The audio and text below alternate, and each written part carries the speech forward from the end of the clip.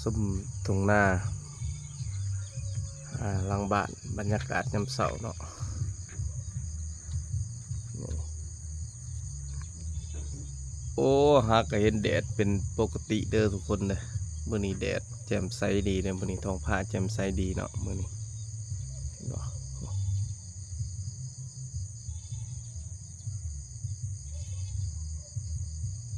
ว่าอากาศดีมื้อนี้บ่มีฝนเนาะคือสิเบิดได้แหละเนาะเบิดก็ดีนะแต่บ่ดีสำหรับเขาที่ว่ายังบ่ทันถือผ้าเลยเนาะโอ้ยังบ่ได้ออกนี่ขึ้นธงนี่นี่ยังบ่ออกเลยเนาะเขานี่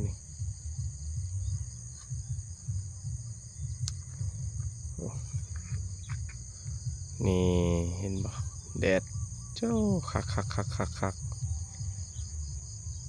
ขึ้นไปเที่ยวเทิงผู้เด้แดดนี่เนาะแต่สิคัก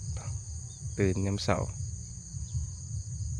ทีนี้ว่างแผนออกบ่เนาะเลาะ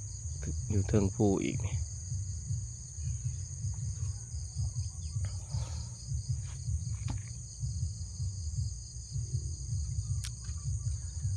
ฟังเสียงนกเขาเนาะมันหวงแก้วห้อง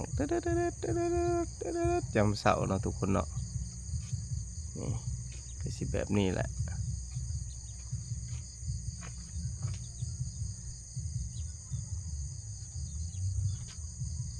บรรยากาศ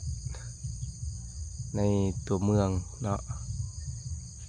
ก็ยังบ่ให้อัดไปได้เนาะแต่ว่ายังได้อากาศสดตอนเช้าเนาะชมทุ่งนาที่ว่าเขียวงาม